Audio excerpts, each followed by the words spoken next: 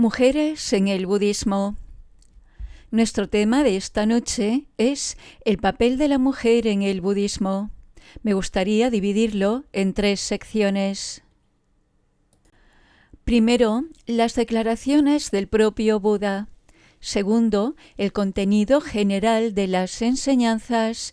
Y tercero, cómo se percibe y aborda el tema socialmente en la actualidad. Para comprender adecuadamente las enseñanzas del Buda, debemos comprender la sociedad de aquella época, aunque su verdadera importancia trasciende el contexto histórico en el que se originaron.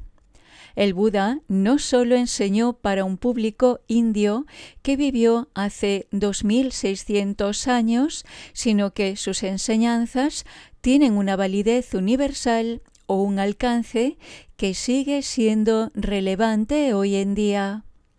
Pero también es importante discernir el trasfondo social de aquella época.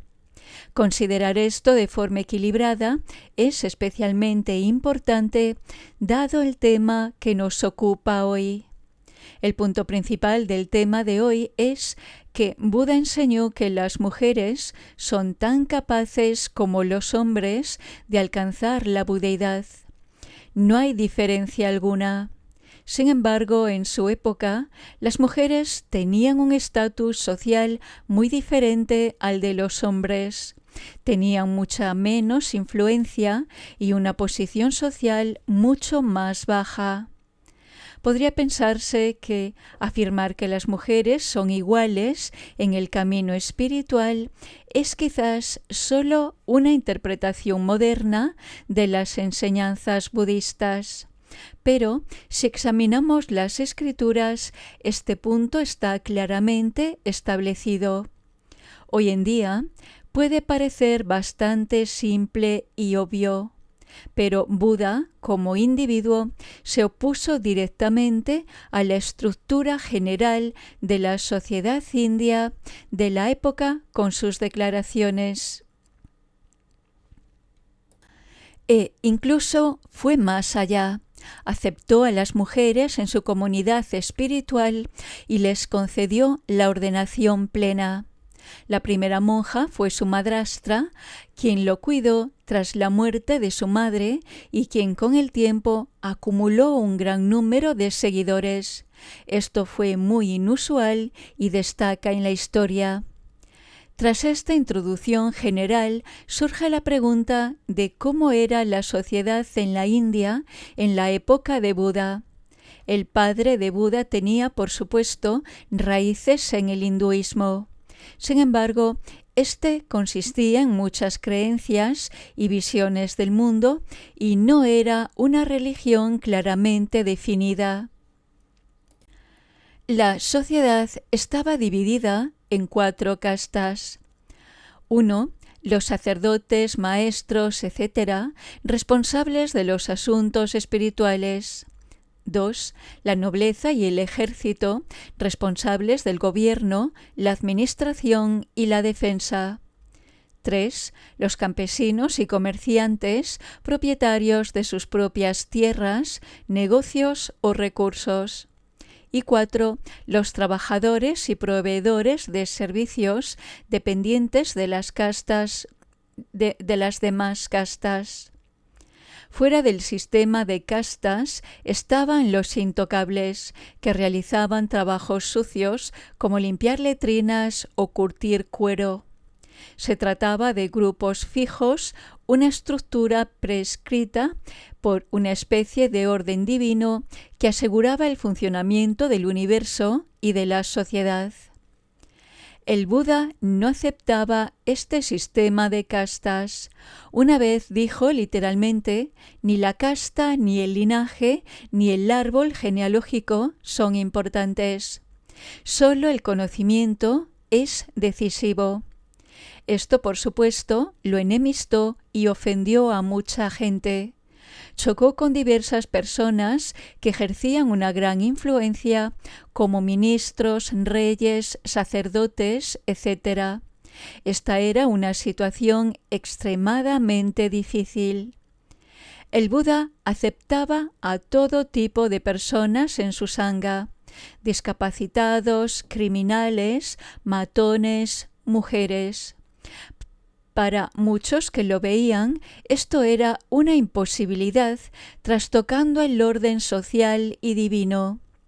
Hay un sutra en el que un sacerdote se burla del Buda y dice que éste acepta a todos en su comunidad simplemente para fortalecerla. Entre ellos había incluso un monje discapacitado con muletas que llevaba su cuenco de mendigo. El objeto con el que fue a pedir limosna se lo colgaron del cuello porque no podía sostenerlo. Buda se resistió constantemente a tales puntos de vista y normas sociales discriminatorias y nunca se desvió de ellas a lo largo de su vida. Cuando consideramos que, incluso hoy en día, en el siglo XXI, la igualdad no se realiza plenamente, comprendemos cuán revolucionario y visionario fue Buda. Reconozco esto como algo muy honorable. A principios del año 2017 visité Estados Unidos por primera vez.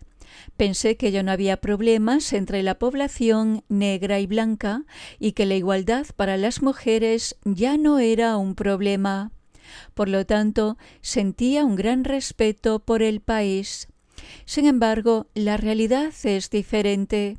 El racismo sigue presente en la sociedad. Un día asistí a una ceremonia de nativos americanos cuyo asentamiento estaba a solo 20 minutos de mis amigos en Santa Fe, con quienes me alojaba, en una zona residencial muy bien cuidada. Había visto películas de vaqueros que retrataban a los nativos americanos como salvajes, comportándose como gente primitiva del bosque. Precisamente por eso me interesaba tanto visitarlos. La gente allí era muy amable y me dio una cálida bienvenida. Pero en este asentamiento ni siquiera había carreteras pavimentadas, a pesar de estar a solo 20 minutos de una zona donde todo estaba perfectamente pavimentado y mantenido. En ese momento me impresionó profundamente que el Buda ya hubiera defendido la igualdad de derechos hacía 2600 años y mi respeto por él creció aún más. Cuando la madrastra del Buda quiso hacerse monja, sintió cierto orgullo. Sin duda era alguien. Sin embargo, el Buda tuvo que enfrentarse a la realidad social de que las mujeres simplemente no seguían carreras espirituales, por lo tanto abordó su ordenación con gran habilidad. Cuando llegó con todo su séquito, sus sirvientes y sirvientas a su alrededor, convencida de que su hijo la aceptaría y la ordenaría sin cuestionamientos, el Buda primero hizo que la comunidad deliberara y votara. Esto deja claro que, incluso en aquel entonces, la comunidad ya estaba involucrada en asuntos importantes y profundos. Cuando hablamos de democracia y elecciones hoy, pensamos que son ideas relativamente modernas, pero incluso entonces, Buda se había asegurado de que la comunidad pudiera votar utilizando pequeños palitos de votación. Al votar, ganó tiempo e hizo esperar a la orgullosa mujer sin darle ninguna certeza sobre si sería aceptada o no. Este periodo de espera sirvió para minar su orgullo. Tras varias semanas de espera, un monje llamado Asanga finalmente solicitó la ordenación de las mujeres y habló en su nombre. Preguntó al Buda si las mujeres podían alcanzar la budeidad y éste respondió sí. Asanga preguntó entonces si las mujeres también podían realizar los mismos ejercicios y prácticas. El Buda también lo confirmó. ¿Por qué debían esperar más las mujeres? Este era un método empleado por el Buda para dar a los hombres de la Sangha la oportunidad de debatir que las mujeres pueden alcanzar la budeidad al igual que los hombres y tener las mismas capacidades. Entonces los hombres se preguntaron naturalmente por qué las mujeres tenían que esperar tanto. Si el Buda hubiera realizado la ordenación inmediatamente después de la llegada de las mujeres y las hubiera aceptado inmediatamente en la comunidad, podrían haber surgido dudas más tarde sobre si eran aptas para este camino espiritual. Así, todas las preguntas pudieron aclararse de antemano y los hombres aceptaron la admisión de las mujeres. Así, el Buda ordenó a la reina y a otras 500 mujeres al mismo tiempo. Esto fue revolucionario porque en aquel entonces nadie pensaba en el desarrollo espiritual de las mujeres. Más tarde, la reina, su madrastra Gotami, así como Lakshmi y Upali alcanzaron gran fama y desempeñaron un papel decisivo en el desarrollo del budismo. La reina fue una gran defensora de los derechos de la mujer. Por lo tanto, la introducción de estos derechos comenzó hace 2600 años, no en el siglo XIX. Entre los siglos VI y VIII, las enseñanzas del Buda llegaron al Tíbet, especialmente en el siglo VIII. Los textos se tradujeron del pali y el sánscrito, idiomas indios, al tibetano.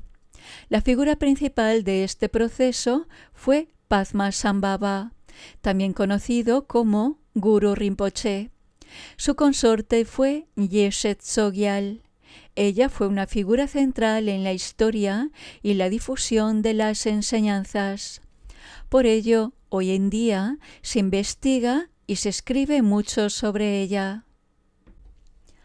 Padmasambhava tuvo 25 discípulos principales en el Tíbet, 3 de ellos excepcionales: el rey del Tíbet, Trison Dekchen, Yeshe Tsogyal y el traductor Vairocana. Ellos fueron quienes trajeron las enseñanzas de la India al Tíbet y las establecieron allí. Yeshe Tsogyal, en particular, desempeñó un papel importante ya que recopiló todos los textos y garantizó su preservación a largo plazo para el futuro. Sin su esfuerzo, muchos textos simplemente habrían desaparecido. Hoy en día el monasterio más grande de la región del Himalaya se encuentra en el este del Tíbet. Se llama Larung Gar y aún residen allí 10.000 monjas y 10.000 monjes. La titular del trono del monasterio es una monja llamada Khandro Muntso. En ocasiones enseña allí frente a los 20.000 monjes y monjas. El estatus social de las mujeres en el Himalaya en general es completamente diferente, pero dentro de las enseñanzas y el sistema, mujeres y hombres tienen las mismas oportunidades. Se les considera iguales para seguir el camino espiritual y actuar dentro del contexto espiritual. ¿Conoces el Sutra del Corazón? En él hay una línea que dice: hijo e hija de la noble familia, quien desee practicar debe hacerlo de esta manera. El texto menciona a hombres y mujeres, hijos e hijas, por igual como practicantes. Incluso entre las deidades del budismo tibetano hay mujeres y hombres. Por ejemplo, la deidad Tara, quien es igual al Buda en su iluminación. Ahora veamos la realidad social. En el Himalaya, en el Tíbet, en Nepal, pero en realidad en todos los países del mundo aún no hay igualdad entre hombres y mujeres. Esto es muy lamentable. Aunque muchas de las enseñanzas del Buda, o incluso textos legales como la Constitución de la India, establecen que mujeres y hombres deben tener las mismas oportunidades, la realidad es diferente. Incluso en Alemania hay algunos puntos donde mujeres y hombres reciben un trato diferente. Cambiar esto es una tarea en la que todos debemos trabajar. Sin embargo, también existen numerosas críticas a los textos budistas y su visión de la mujer, por ejemplo, en YouTube. Esto se refiere, por ejemplo, al texto titulado El camino del Bodhisattva, escrito por el erudito indio Santideva en el siglo VI. Este texto está dirigido en realidad a los monjes. El capítulo 8, sobre la meditación, aborda la impureza del cuerpo femenino. Esta contemplación sirve para disminuir los deseos de los monjes. Muchos eruditos y lectores han criticado este texto por ello. Sin embargo, si se analiza el libro en su conjunto, se encontrará en el capítulo 5 exactamente la misma reflexión sobre el propio cuerpo. En el caso de los monjes, el cuerpo masculino. Así como encontramos atractivo el cuerpo de otra persona y por lo tanto lo deseamos, aunque no lo sea, nos vemos a nosotros mismos. Tenemos un apego similar a nuestro propio cuerpo y pensamos, tengo que proteger mi cuerpo, es lo mejor y más importante que tengo y lo más hermoso, etc. Pero a menudo no nos damos cuenta del esfuerzo que debemos hacer para mantener nuestro cuerpo en una forma razonable, para lavarlo y cuidarlo, para que su estado sea incluso algo atractivo. Por eso, algunos textos deben analizarse en su contexto general, como este de Santideva, que habla de las impurezas tanto del cuerpo femenino como del masculino. Dentro del sistema tántrico del Buda hay 14 reglas que deben observarse, y la 14ª regla establece que no se deben albergar opiniones negativas hacia las mujeres. La razón es que no hay nada inherentemente negativo en las mujeres ni en la feminidad en sí. Más bien, la naturaleza de la feminidad es sabiduría.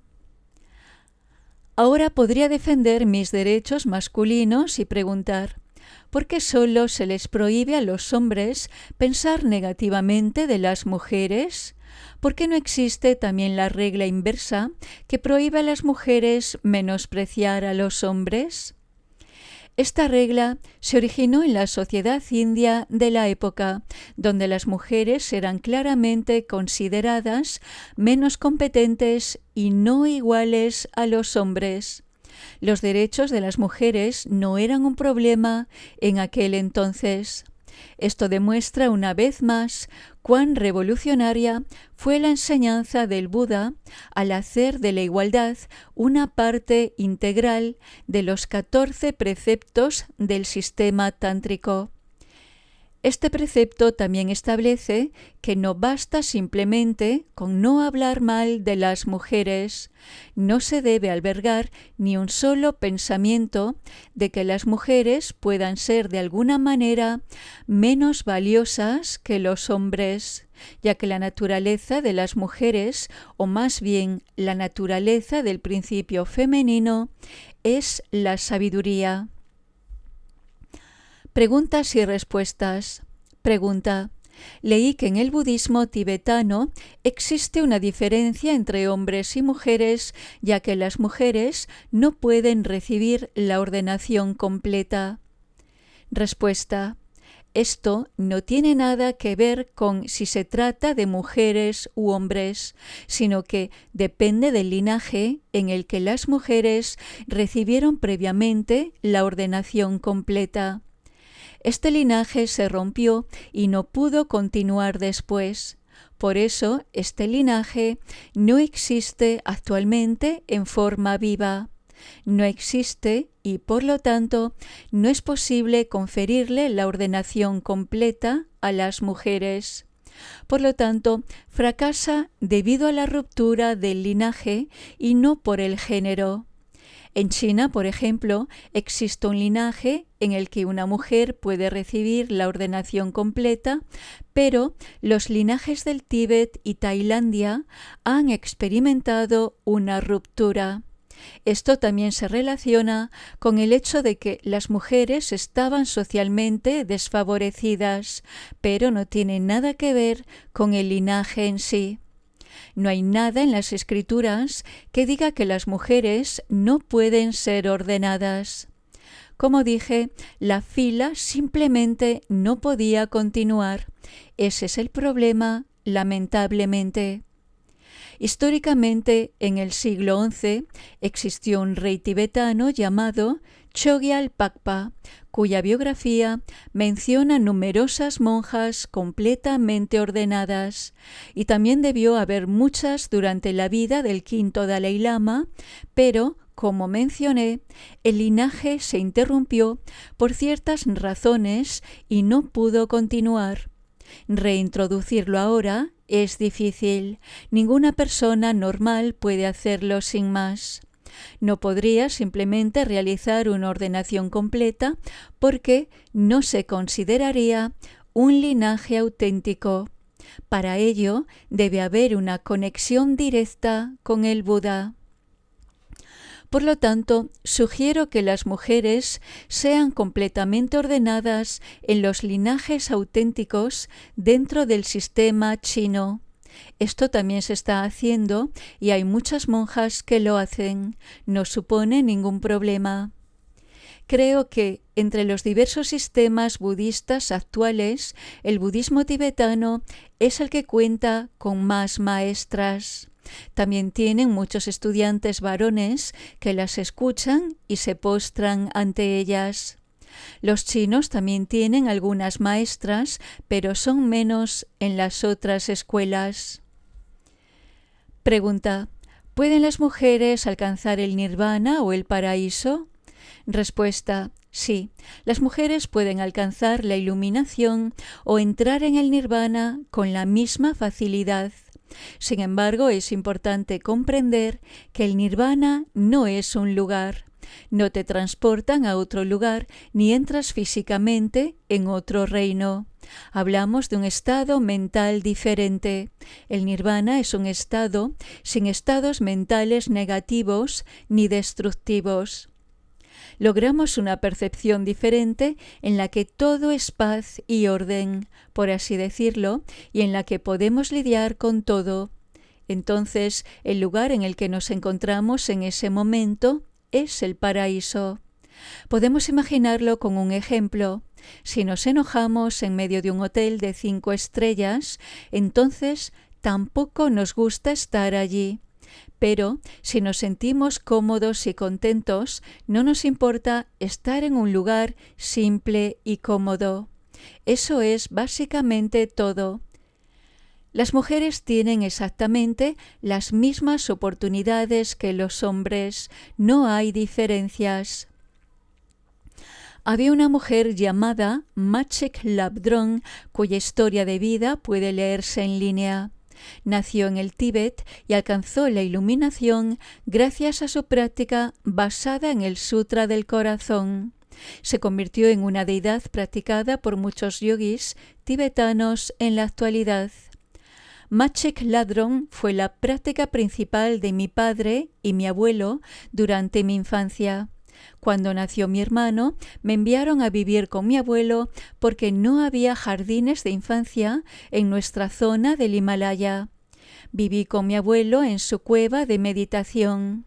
En su altar, una estatua de una figura femenina, Machek Labdrong, se alzaba como la deidad principal. Cuando vivía en Dolpo, nunca había oído hablar de los derechos de las mujeres, solo después de mudarme a la India. Siempre tuve claro que existen deidades femeninas con igual valor que las masculinas. Mi abuelo siempre me contaba la historia de Milarepa, santo tibetano y gran meditador, y la de Machik Labdrong. Por lo tanto, para mí, como practicante del camino espiritual, mujeres y hombres siempre fueron iguales. En Dolpo, todas las mujeres son responsables de las tareas domésticas y de los alrededores. Los hombres siguen trabajando fuera. Sin embargo, trabajar fuera no significa ir a la oficina, más bien viajan con los yaks cargando cargas muy pesadas como sacos de cebada o sal que cargan sobre los animales. Cruzan los pasos de montaña con sus caravanas para comerciar. Pueden encontrarse con animales salvajes y el clima puede ser muy desafiante. Realizar este trabajo fuera de casa no es fácil, ni mucho menos placentero para ellas. Para ellos, las mujeres, en cambio, permanecen cerca de las casas, cuidan los campos o trabajan en la propia casa. Esto les da más tiempo libre y les permite disfrutar de una taza de té por la tarde. Si alguien le hubiera preguntado a mi madre en el pasado si le gustaría intercambiar lugares con un hombre y salir con los animales, seguramente habría dicho que no. Preferiría quedarse en el calor de la casa. En el pasado las mujeres, esto obviamente está cambiando hoy en día, ocupaban un puesto importante dentro de la familia, manejaban las llaves de la casa y controlaban las operaciones de la misma. Si alguien hacía una solicitud o consulta a la familia, la ama de casa era la primera persona a la que se consultaba. Era una persona respetable. Eso ha cambiado mucho, al menos en la Europa actual e incluso en los últimos siglos. Quizás aquí también ocurriría que las mujeres se encargaban de la casa y la granja mientras los hombres salían, pero hoy, como todos sabemos, el mundo laboral es diferente, la gente va en coche a la oficina y tiene muchas opciones.